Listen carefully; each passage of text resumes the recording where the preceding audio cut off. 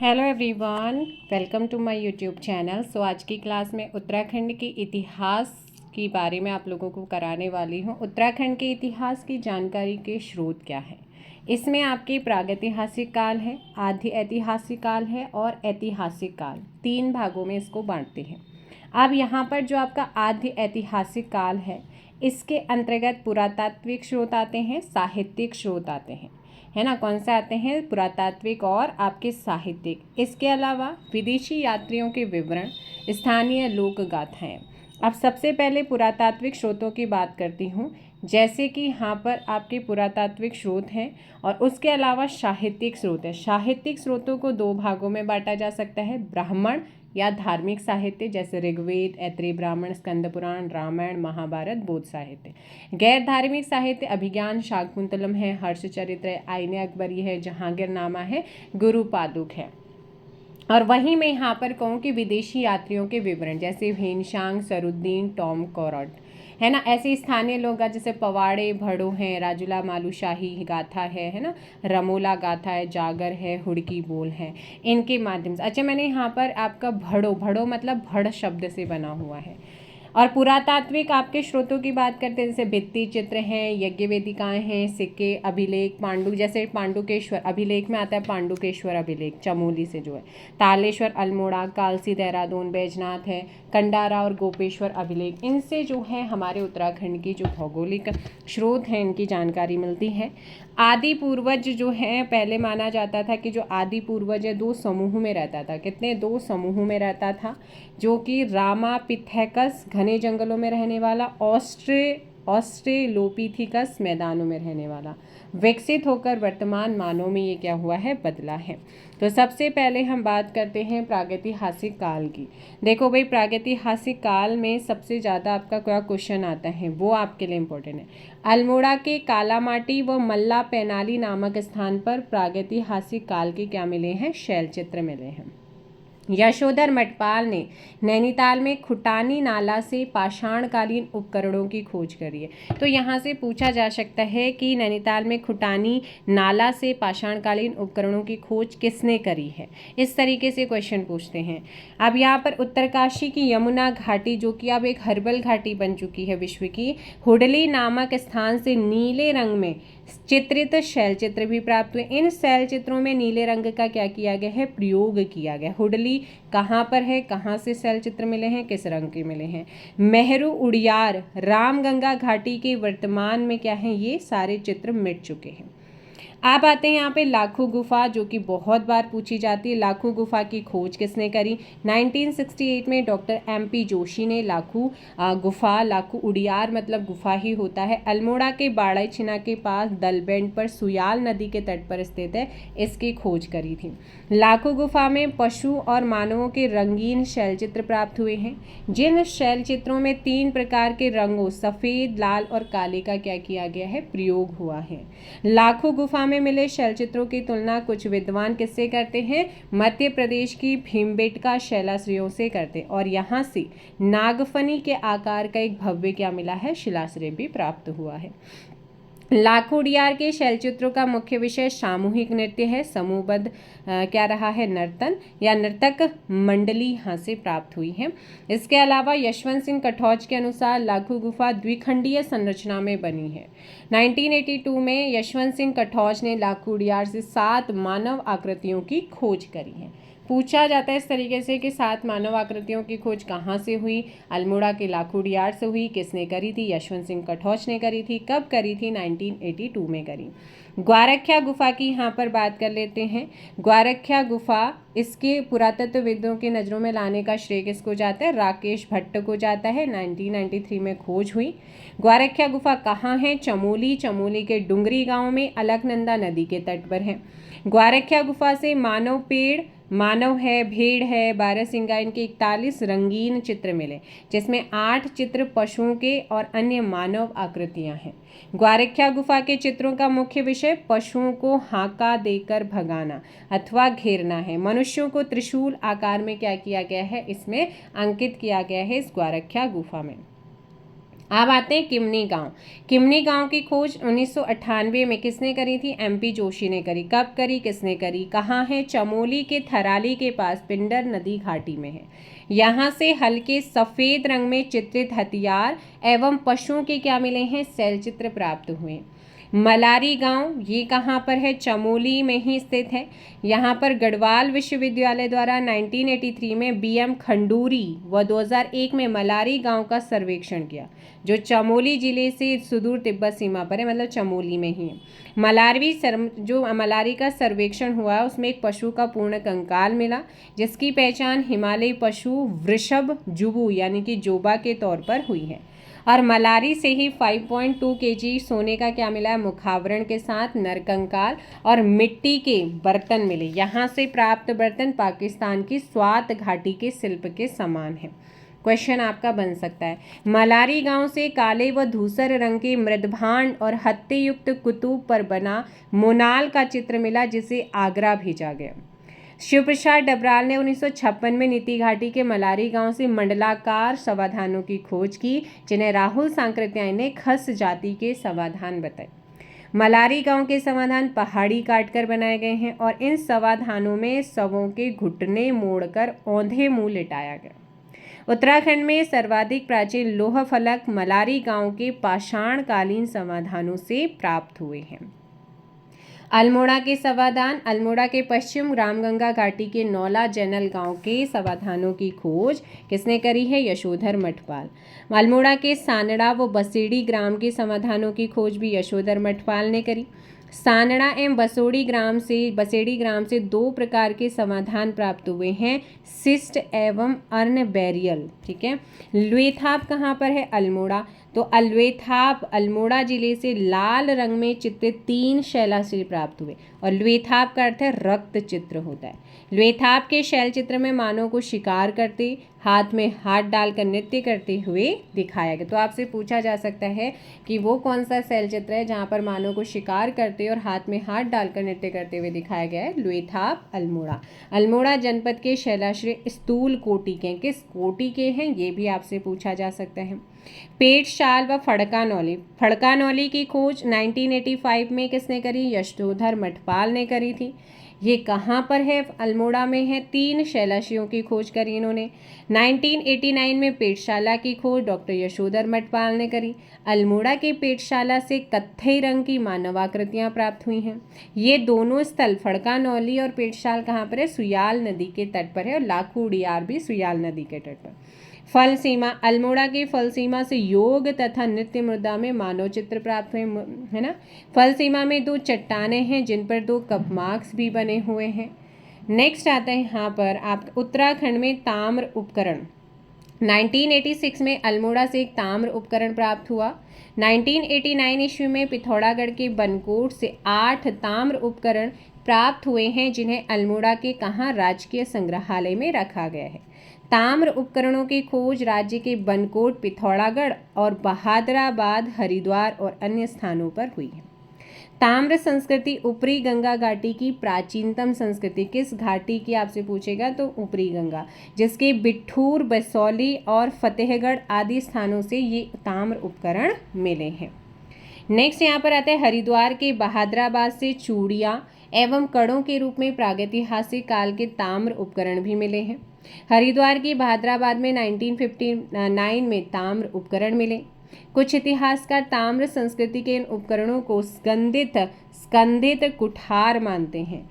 बनकोट व बहादुराबाद ताम्र उपकरण पर पुरातत्वविदों का मानना है कि ताम्र संस्कृति निर्माताओं को ताम्र आपूर्ति गढ़वाल कुमाऊं में स्थित पोखरी, धनपुर, डोबरी, अशकोट आदि खानों से हुई और यहाँ की आगरी जाति प्राचीन काल से क्या कर रही है? खनन कार्य से जुड़ी हुई है, ऐसा मानना है। आदि ऐतिहासिक काल में आते। आदि ऐतिहासिक काल के प्रमुख स्रोत पौराणिक ग्रंथ हैं। उत्तराखंड का प्रथम उल्लेख ऋग्वेद में मिलता है, क्वेश्चन आता है, जिसमें इस क्षेत्र को देवभूमि और मनीषियों की पूर्ण भूमि कहा गया है, इंपॉर्टेंट है। ऐतरेय ब्राह्मण ग्रंथ में उत्तराखंड के लिए उत्तर कुरु का प्रयोग हुआ है और जबकि दक्षिण कुरु मेरठ और हस्तिनापुर के लिए प्रयोग किया गया। कौशिकीय ब्राह्मण ग्रंथ में वाक देवी का निवास स्थान बद्रिकाश्रम को बताया गया है।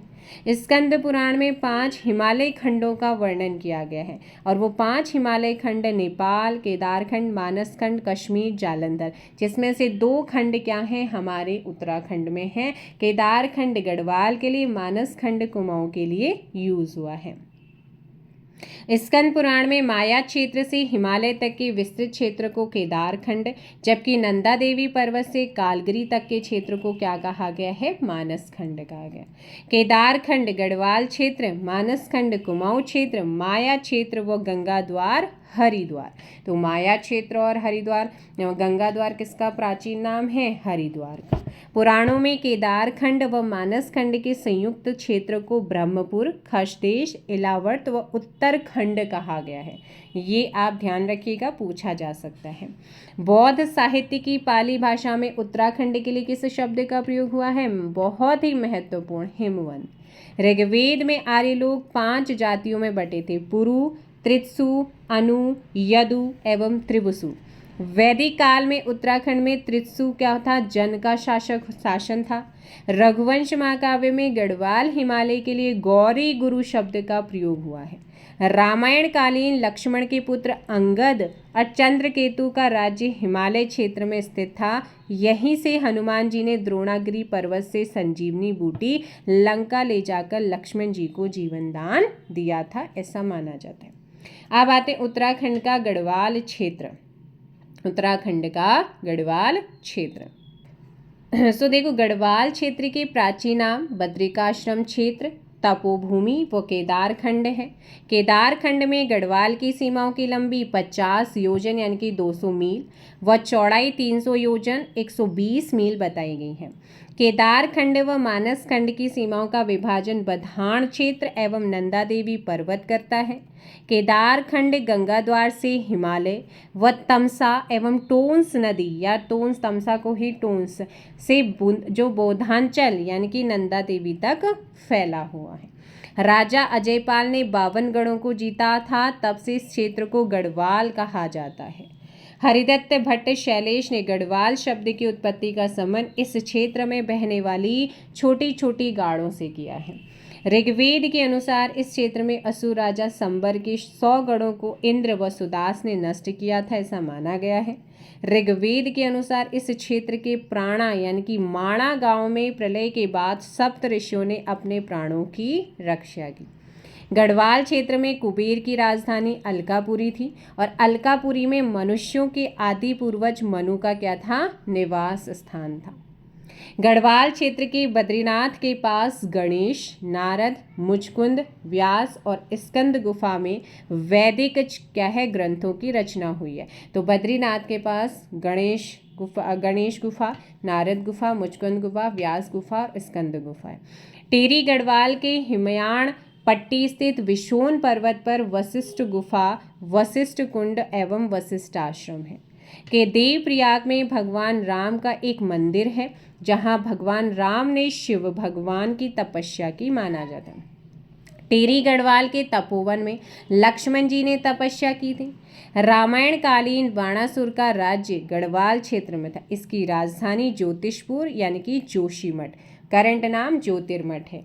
महाभारत के वन पर्व में केदारनाथ को क्या कहा गया है, भृंग तुंग कहा गया। महाभारत के वन पर्व के अनुसार उस समय गढ़वाल क्षेत्र में पुलिंद यानी कि कुडिंदो व किरात जातियों का क्या था, आधिपत्य माना जाता है। महाभारत के सभा पर्व, वन पर्व या आरण्यक पर्व व भीष्म पर्व में कुडिंदों की जानकारी मिलती है। तो कुडिंदों की जानकारी कहाँ कहाँ से मिलती है, पूछा जा सकता है। पुलिंद राजा सुबाहु की राजधानी कहाँ थी, श्रीनगर, जो महाभारत के युद्ध में पांडवों की तरफ से लड़े थे। राजा विराट जिसकी राजधानी जौनसार के विराटगढ़ी में थी, इसकी पुत्री उत्तरा से किसका विवाह हुआ था, अभिमन्यु से हुआ था। महाभारत में देवप्रयाग को समस्त तीर्थों का शिरोमणि व समग्र पापों का विनाशक कहा गया है। श्रीनगर को महाभारत में सुबाहुपुर व श्री क्षेत्र कहा गया है। आदि पर्व के अनुसार अर्जुन का विवाह नागराज कौरव्य की कन्या उलूपी से हुई थी। कहाँ, गंगा द्वार में। महाभारत काल में गंगा द्वार में नागराज कौरव्य तथा श्रीनगर में सुबाहु व मंदाकिनी के उत्तर में असुर बाणासुर का शासन था। इसके अलावा वन पर्व के अनुसार लोमस ऋषि के साथ पांडव गढ़वाल क्षेत्र में आए थे। प्राचीन काल में गढ़वाल क्षेत्र में बद्रिकाश्रम व कण्वाश्रम दो क्या है प्रसिद्ध विद्यापीठ थे। ऋग्वेद में उत्तराखंड क्षेत्र का नाम उशीनगर भी मिलता है और बौद्ध साहित्य में महात्मा बुद्ध का उशरी ध्वज जाने का उल्लेख है, जिसकी पहचान कनखल से की गई है। अब आते हैं प्राचीन विद्यापीठ कण्वाश्रम। कण्वाश्रम कहाँ है? पौड़ी जनपद के कोटद्वार में। दुष्यंत व शकुंतला के प्रेम प्रसंग के कारण प्रसिद्ध है। शकुंतला गुरु विश्वामित्र व अप्सरा मेनका की बेटी थीं। राजा दुष्यंत हस्तिनापुर के शासक थे। कण्वाश्रम में चक्रवर्ती सम्राट राजा भरत का जन्म माना जाता है। कण्वाश्रम में महाकवि कालिदास ने अभिज्ञान शाकुंतलम ग्रंथ की रचना करी, जो कि मालिनी नदी के तट पर। यहाँ पे डायरेक्ट क्वेश्चन आता है कि भाई कण्वाश्रम कौन से जनपद में? पौड़ी में गए आपका कोटद्वार में है। और ये आपका किसका जन्म हुआ था? यहाँ पे चक्रवर्ती सम्राट राजा भरत का। किस नदी के तट पर है? मालिनी की। कालिदास ने किस ग्रंथ की रचना करी? अभिज्ञान शाकुंतलम। कण्वाश्रम का वर्तमान नाम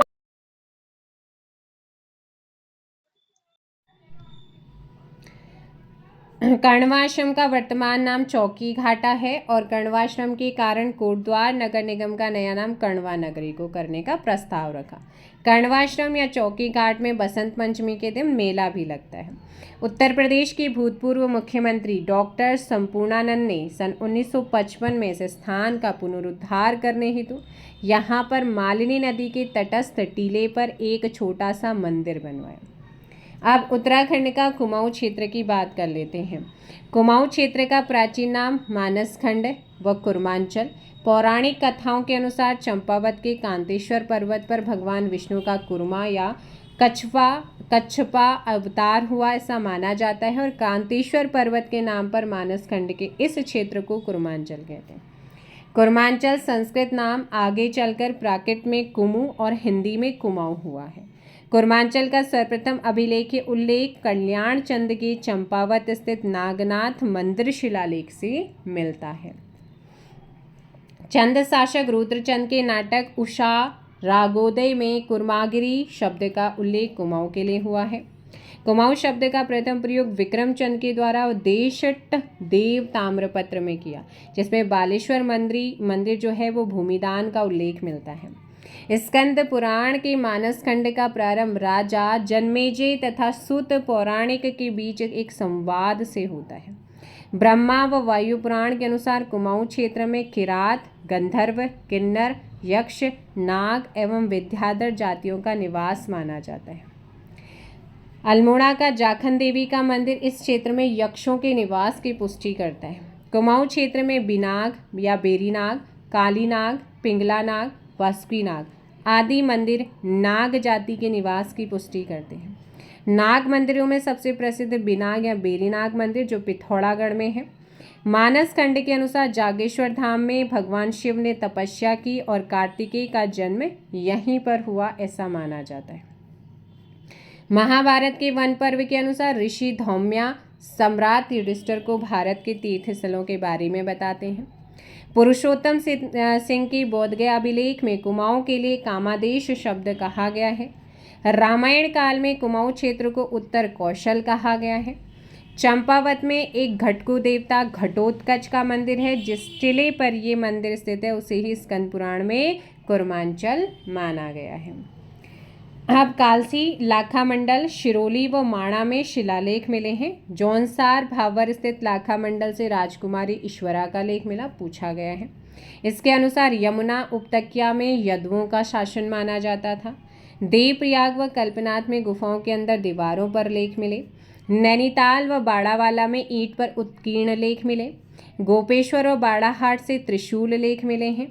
गोपेश्वर के रुद्रशिव मंदिर में 6ठी सदी के गणपति नाग व 21वीं सदी के अशोक चल्ल के त्रिशूल लेख मिले।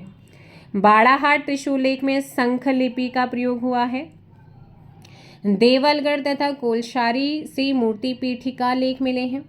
कुषाणकालीन मुद्राएं मुनि की रेती टिहरी और सुमाड़ी पौड़ी से प्राप्त हुई हैं। कार्तिकेयपुर राजाओं के ताम्रपत्र एवं शिलालेख पांडुकेश्वर से, 4 कंडारा से, ठीक है, पांडुकेश्वर से, 4 कंडारा से, 1 बैजनाथ से, बागेश्वर एवं बालेश्वर मंदिर चंपावत से प्राप्त हुए हैं। अल्मोड़ा सिक्के कुड़िंद शासकों से संबंधित हैं, जिनमें शिवदत्त, शिवपालित, हरिदत्त, गोमित्र के नाम उल्लेखित हैं, जिनकी खोज 1975 में हुई। 3री सदी का मुद्रालेख मोर ध्वज से प्राप्त हुआ है। कुमाऊं से प्राप्त सेनापानी स्तूप नैनीताल के भगनवा वेश को इतिहासकार सुंगकालीन मानते हैं। वहीं उत्तरकाशी के यमुना घाटी में स्थित देवल गांव में भैंसामुखी चतुर्भुज जो आपकी मानव क्या है यहाँ पर है ना, चतुर्भुज मानव प्रतिमा मिली, जिसे इतिहासकारों ने सिंधवकालीन बताया। शिलालेख शब्दावली जैसे पल्लिका, छोटे ग्राम, भृत्य, सेवक, कुट्टापालक, गणरक्षक, अक्षपटलिक लेखा परीक्षक होता था, तालुका, तहसील, महत्तम ग्राम शासक है, प्रतिहार, द्वार रक्षक, बालाध्यक्ष, सेना नायक, कुलचारिक, तहसीलदार और महादंडनायक प्रधान सेनापति। तो शिलालेख में जो शब्दावली मिले कि महादंडनायक किसे कहते थे, प्रधान सेनापति, कुलचारिक किसे कहते थे, तहसीलदार, बालाध्यक्ष कौन होता था, सेना नायक, प्रतिहार कौन होता था, तो द्वार रक्षक होता था। इस तरीके से आपसे पूछा गया। अब आते हैं कालसी शिलालेख में। कालसी शिलालेख की खोज फॉरेट ने करी थी 1860 में, जिसका निर्माण मौर्य शासक अशोक ने 257 ईस्वी पूर्व में किया। कालसी लेक देहरादून जिले में यमुना और टोंस नदी के संगम पर है। यह अमला व गाढ़ भी यहाँ पर बहती है। कालसी शिलालेख को स्थानीय भाषा में चित्रशिला कहते हैं। इस शिलालेख में हाथी का चित्र मिला है। कालसी शिलालेख अशोक का 13वां शिलालेख है, जो प्राकृत भाषा एवं ब्राह्मी लिपि में रचित है, जबकि पाली उस समय क्या थी, जनसाधारण की भाषा थी। कालसी लेख में अशोक ने घोषणा की कि मैंने राज्य के हर स्थान पर मनुष्य एवं पशुओं की चिकित्सा व्यवस्था की है और लोगों से हिंसा त्यागने और अहिंसा अपनाने की बात कही है। कालसी अभिलेख में यहाँ के निवासियों के लिए पुलिंद और इस क्षेत्र के लिए अपरांत शब्द का प्रयोग हुआ है। इम्पोर्टेंट है, पूछा जाता है। कालसी का प्राचीन नाम सुधनगर व कालकुट था, जो कुड़िंदों की क्या हुआ करती थी, राजधानी हुआ करती थी। कालसी अभिलेख से पता चलता है उत्तराखंड का क्षेत्र उस समय मौर्यों के अधीन रहा होगा। सिहली बौद्ध ग्रंथ महावंश के अनुसार अशोक काल में 3री बौद्ध संगीति के अध्यक्ष मोगली पुत्र दिस्य थे। इन्होंने हिमवंत क्षेत्र में धर्म विजय के लिए मज्जिम व उसके 4 साथियों को भेजा था। कालसी शिलालेख में 5 यूनानी राजाओं का नाम मिलता है। सिरमौर इतिहास के अनुसार कालसी सिरमौर के साम्राज्य की राजधानी रही। सिरमौर के शासक करम प्रकाश ने लगभग 1621 ईस्वी में अपनी राजधानी कालसी से नाहन स्थानांतरित करी थी। अब आते कुड़िंद शासन काल। उत्तराखंड में शासन करने वाली प्रथम राजनीतिक शक्ति कुड़िंद थे, जिनके शासन की जानकारी कहाँ से मिलती है, कुड़िंद मुद्राओं से। कालसी लेख अनुसार प्रारंभ में कुड़िंद लोग मौर्यों के अधीन थे। यशवंत सिंह कठौज के अनुसार कुड़िंदों ने उत्तराखंड में लगभग 200 ईसा पूर्व से 300 ईस्वी तक क्या किया था, शासन किया। कुड़िंद वंश का सबसे शक्तिशाली या प्रतापी शासक अमोघभूति। अमोघभूति की रजत व ताम्र मुद्राएं पश्चिम में व्यास से लेकर अलकनंदा तक, दक्षिण में सुनेत से बेहद तक प्राप्त हुई हैं। दक्षिण में सुनेत जो लुधियाना व बेहद जो सहारनपुर में पड़ते हैं। अमोघभूति की मुद्राओं में प्राकृत भाषा में राज्ञः कुड़िंदशः अमोघभूति महरजस अंकित था। महाभारत में कुड़िंदों को द्विज कहा गया और कुड़िंद नरेशों को द्विज श्रेष्ठ कहा गया। कुड़िंदों की पहली राजधानी कलकूट जबकि दूसरी शत्रुघ्न थी। कुड़िंद लोग शैव धर्मावलंबी थे, भगवान शैव धर्म के उपासक थे। महाभारत व अष्टाध्यायी में कुड़िंदों की जानकारी मिलती है और वन पर्व में कुड़िंद शासक सुबाहु का उल्लेख मिलता है। विदेशी लेखक टॉलमी ने भी कुड़िंद शासन का क्या किया है, वर्णन। कुड़िंद मुद्राएं टिहरी गढ़वाल के थत्यूर या अठूर, उत्तरकाशी के देवढुंगा पुरोला, श्रीनगर के सुमाड़ी, पौड़ी गढ़वाल के भेड़गांव और कुमाऊं के कत्यूर घाटी बागेश्वर से प्राप्त हुई हैं। कुड़िंदों के बारे में 5 अभिलेखों में 4 भरहूत, 1 मथुरा से प्राप्त हुआ। कुड़िंदों के समकालीन वंश थे योद्धे और औदुंबर गणराज्य रहे हैं। इनकी मुद्राएं देख लीजिएगा। कुड़िंदों की जानकारी का एकमात्र स्रोत सिर्फ क्या है, सिक्के हैं। कुड़िंदों की जानकारी उनकी 3 प्रकार की मुद्राओं से प्राप्त होती है। कुड़िंदों की मुद्राएं अमोघभूति प्रकार की, अल्मोड़ा प्रकार की और छत्रेश्वर या चत्रेश्वर प्रकार की। अमोघभूति प्रकार की मुद्राएं रजत व तांबे की बनी हुई हैं, जिसमें ब्राह्मी लिपि व खरोष्टी लिपि में लेख लिखे हैं। अल्मोड़ा से मिली 4 मुद्राएं शिवपालित, हरिदत्त, शिवदत्त और मगभगत कुड़िंदों से संबंधित है। अल्मोड़ा से प्राप्त 4 मुद्राएं जो है ब्रिटिश संग्रहालय लंदन में क्या हैं, कंजर्व हैं, यानी कि संरक्षित हैं। अल्मोड़ा प्रकार की कत्यूर घाटी से मिली है 54 मुद्राओं में एक शिवदत्त की है ना, और एक अशेक और शेष मुद्राएं गोमित्र की हैं। ब्रिटिश संग्रहालय में संरक्षित राजा की एक ताम्र मुद्रा जो डॉक्टर महेश्वर जोशी को प्राप्त हुई थी। अल्मोड़ा सिक्कों से संभवतः 8 कुड़िंद नरेशों के नामों का उल्लेख मिलता है। कुड़िंदों के अधिष्ठात देव छत्रेश्वर को भगवान शिव के रूप में पूजा जाता है। 8 कुड़िंद शासक जिनके नाम सिक्कों में मिले हैं शिवपालित, शिवदत्त, शिवरक्षित, हरिदत्त, गोमित्र, विजयभूति, आशेक और अमोघभूति हैं। छत्रेश्वर प्रकार की मुद्राओं में ब्राह्मी लिपि का क्या किया गया है, प्रयोग हुआ है। मॉर्फोलॉजी ऑफ कुड़िंदा कॉइन्स नामक पुस्तक की रचना किसने करी है, MP जोशी ने। कुड़िंदों की जो मुद्राएं हैं वो 5 राज्यों हिमाचल, पंजाब, हरियाणा और उत्तर प्रदेश, उत्तराखंड से मिली हैं। अमोघभूति के बाद मैदानी क्षेत्रों में शकों का अधिकार हो जाता है। शकों की पुष्टि कटारमल के सूर्य मंदिर व कुमाऊं में प्रचलित शक संवत से होता है। अल्मोड़ा सिक्के दिसंबर 1975 में खोजे गए। 36 कुड़िंद रजत, 2 स्वर्ण मुद्रा अठूर टिहरी से मिले हैं। अमोघभूति प्रकार की मुद्राओं में 5 आकृतियां देवी, मृग, चक्र, स्वास्तिक और नाग पाई गई हैं।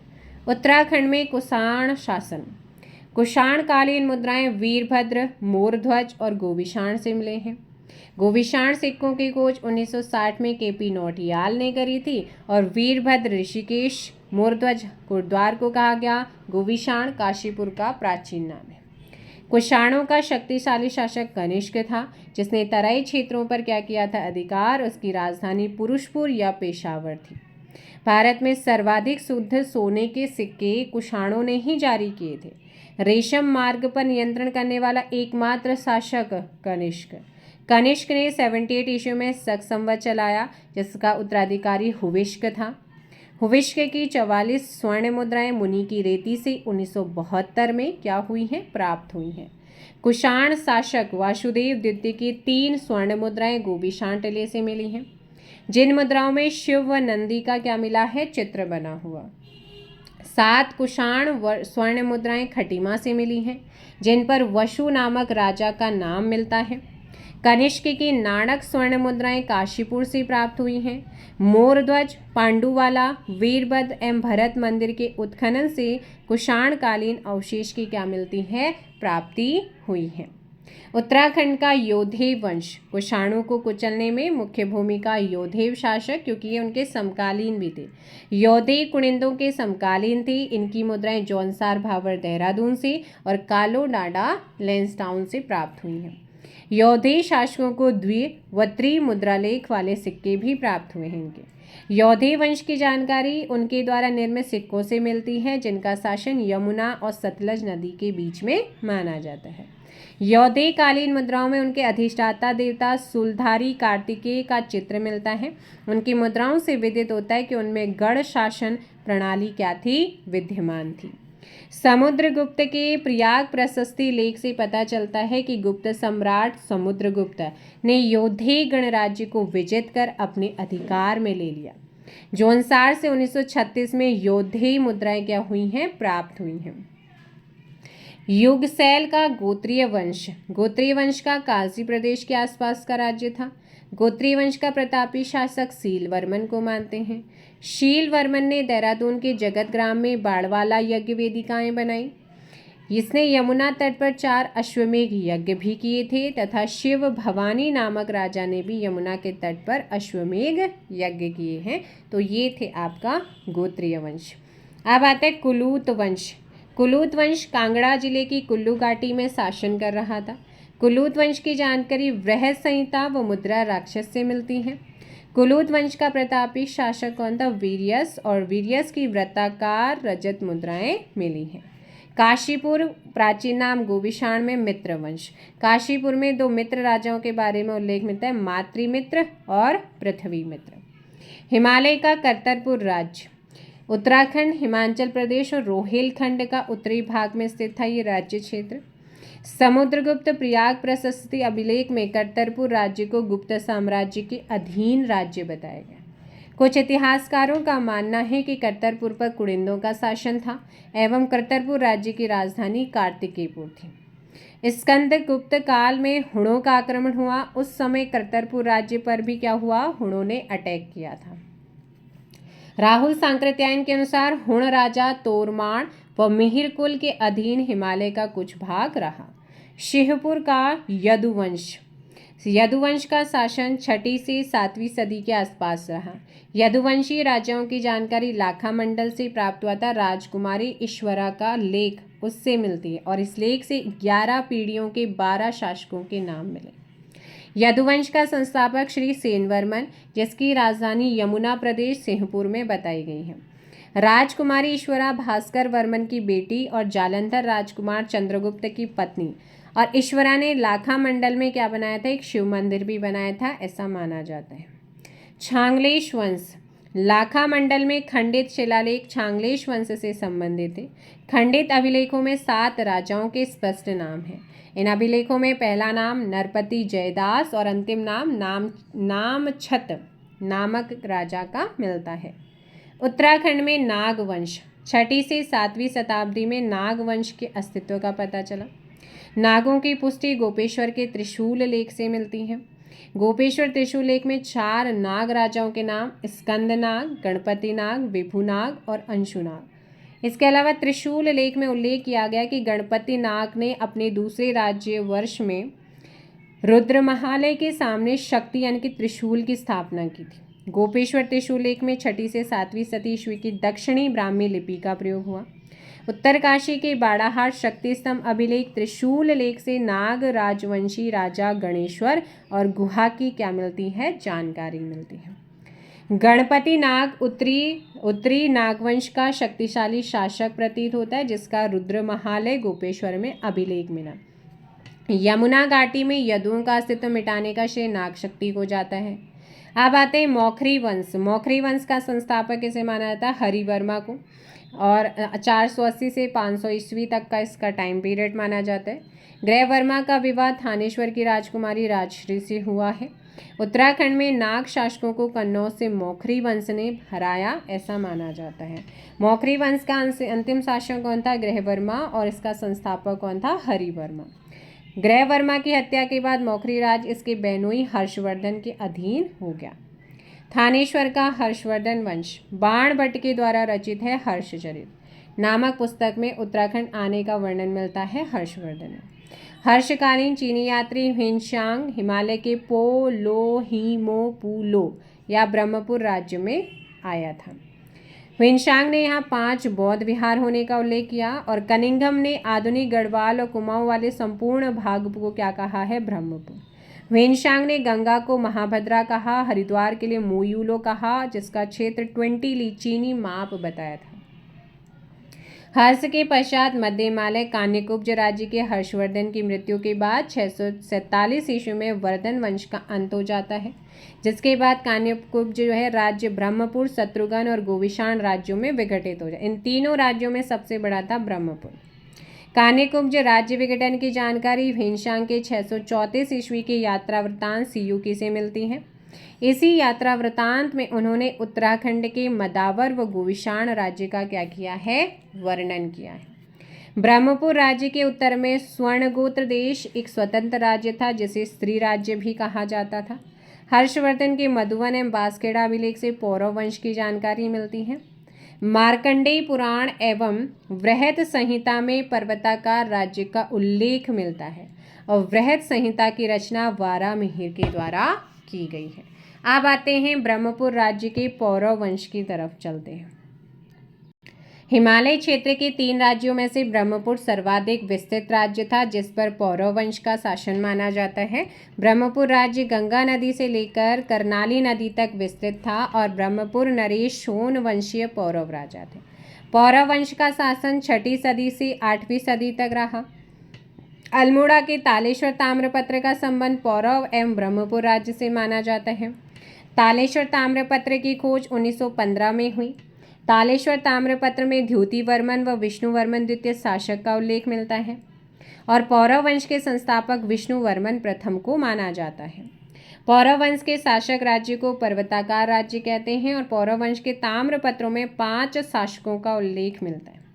विष्णुवर्मन प्रथम के बाद वृषवर्मन, अग्निवर्मन, द्युतिवर्मन, विष्णुवर्मन सेकंड शासकों का वर्णन है। पौरवों के कुलदेवता वृणेश्वर स्वामी माने जाते हैं। पौरव शासकों की उपाधि थी महाराजाधिराज परम भट्टारक। ब्रह्मपुर के पौरव राजवंश और उनके प्रशासन का मुख्य स्रोत अल्मोड़ा से प्राप्त तालेश्वर ताम्रपत्र में मिलता है। तालेश्वर ताम्रपत्र संस्कृत भाषा और गुप्त ब्राह्मी लिपि में अंकित है। तालेश्वर ताम्रपत्र में निम्न नगरों का वर्णन जैसे दीपपुरी, कार्तिकेयपुर, त्र्यंबकपुर और ब्रह्मपुर, इसे इंद्र की नगरी और नगरों में श्रेष्ठ ब्रह्मपुर को कहा गया है। तालेश्वर ताम्रपत्र में उद्यानों के लिए वटक शब्द का क्या किया गया है, प्रयोग हुआ है। पौरव वंश का प्रशासन कैसा था? तो पौरव शासकों के निवास स्थल को कोट, राजकुमार के लिए राजपुत्र का प्रयोग, पौरव वंश के सभी मंत्रियों के लिए राजमात्या कहा गया है। पौरव वंश के सेनानायक को बलाध्यक्ष कहा गया। संधि विग्रहिक विदेश मंत्री और द्विरपति लेखक वर्ग का प्रधान होता था। जमनपति पदातिक सेना का मुख्य होता था। पौरव शासकों के आय का स्रोत भूमिकर था, जिसे भाग कहा जाता था, एवं गुप्तचर का कार्य क्या था, कटुक करते थे। भूकर वसूलने वाले अधिकारी को भागी कहते थे। पौरव वंश में पौरव काल में 2 तरह की भूमि थी, केदार और सारी भूमि। सिंचित भूमि को केदार और असिंचित भूमि को सारी कहा जाता था। भूमि मापन के लिए द्रोणा वापम, खारी वापम और कुलिया वापम विधि का प्रयोग होता था। पौरव वंश की सेनाओं को 3 भागों में बांटा गया। पैदल सेना, इसका मुखिया जमनपति होता, गजपति और अश्वपति। गज से हाथी वाला, अश्व घोड़े वाला। पौरव काल में भूमि मापन पर द्रोण वापन 16 नाली व 32 से, कुलिय वाप जो था 8 द्रोण 256 से, खारी वाप 20 द्रोण 640 से था। पौरव वंश के कुछ पदाधिकारियों का जैसे प्रतिहार महांगरक्षक, जमनपति पदातिक सेनापति, महासत्रपति उत्सव अधिकारी, सुबकारपति प्रधान रसोइया, द्विरकोट लेखक, भागिक भूमिकर अधिकारी होता था, कटु गुप्तचर होता था, भौतिक प्रांत अधिकारी होता था, दूतक दूत होता था। अब आते हैं यहाँ पर शत्रुघ्न राज्य। कान्यकुब्ज राज्य का दूसरा भाग शत्रुघ्न राज्य में टूटा। चीनी यात्री के अनुसार इस राज्य की पूर्वी सीमा पर गंगा व उत्तर में हिमालय और राज्य के मध्य में यमुना नदी बहती। कनिंगम कहते हैं ये भाग सिरमौर गढ़वाल का हिस्सा था। गोविशाण राज्य, कान्यकुब्ज राज्य का तीसरा भाग गोविशाण राज्य में टूटा। कनिंगम के अकॉर्डिंग गोविशाण राज्य में काशीपुर के साथ साथ रामपुर व पीलीभीत जनपद भी थे। गोविशाण का विस्तार पश्चिम में रामगंगा से लेकर पूर्व में शारदा नदी तक था। कनिंगम ने काशीपुर के उज्जैन में बने पुराने दुर्ग या किले को इस राज्य से संबंधित बताया। शत्रुघ्न, ब्रह्मपुर, गोविशाण का उल्लेख युवान चुवाण 624 ईस्वी के यात्री वृत्तांत में मिलता है। पलेठी शिलालेख, देवप्रयाग के आसपास एक स्वतंत्र राजवंश शासन कर रहा था। देवप्रयाग के हिंडोला खाल में पलेठी का सूर्य मंदिर 7वीं और 8वीं सदी के बीच का बना हुआ है। पलेठी का सूर्य मंदिर कल्याण वर्मन ने बनाया। वहीं इन शिलालेखों में नरपति वर्मन का नाम भी मिलता है। अब आते हैं आदिगुरु शंकराचार्य पे। कार्तिकेयपुर राजवंश के शासनकाल में आदिगुरु शंकराचार्य का आगमन होता है। आदिगुरु शंकराचार्य ने 820 ईस्वी में केदारनाथ में देह त्यागा था। उस समय उनकी आयु 32 वर्ष मानी जाती। आदिगुरु शंकराचार्य के इष्टगण के समय उत्तराखंड आए। आदिगुरु शंकराचार्य अद्वैतवाद के क्या थे, प्रतिपादक थे। आदिगुरु शंकराचार्य द्वारा पूरे भारत में 4 मठों की स्थापना हुई, ज्योतिर्मठ, पुरी, श्रृंगेरी और द्वारिका। शंकराचार्य का जन्म 788 ईसा पूर्व में केरल के कलाड़ी में हुआ, जो चेर साम्राज्य के अधीन थे, जिनके गुरु गोविंद पाद स्वामी थे। आदि गुरु शंकराचार्य के पिता शिव गुरु और माता कौन थी? सुभद्रा थी। तो ये अभी आपका यहाँ तक कंप्लीट हुआ है और इससे आगे हम अलग अलग वीडियोस में कार्तिकेय, चंद और परमार राजवंश को देखने वाले हैं। अलग अलग वीडियोस आएंगे दोनों के ही। सो वीडियो को लाइक और शेयर करिएगा। चैनल पर नए हैं चैनल को सब्सक्राइब कीजिए। Thank you so much. जय हिंद, जय भारत, जय उत्तराखंड, जय देवभूमि।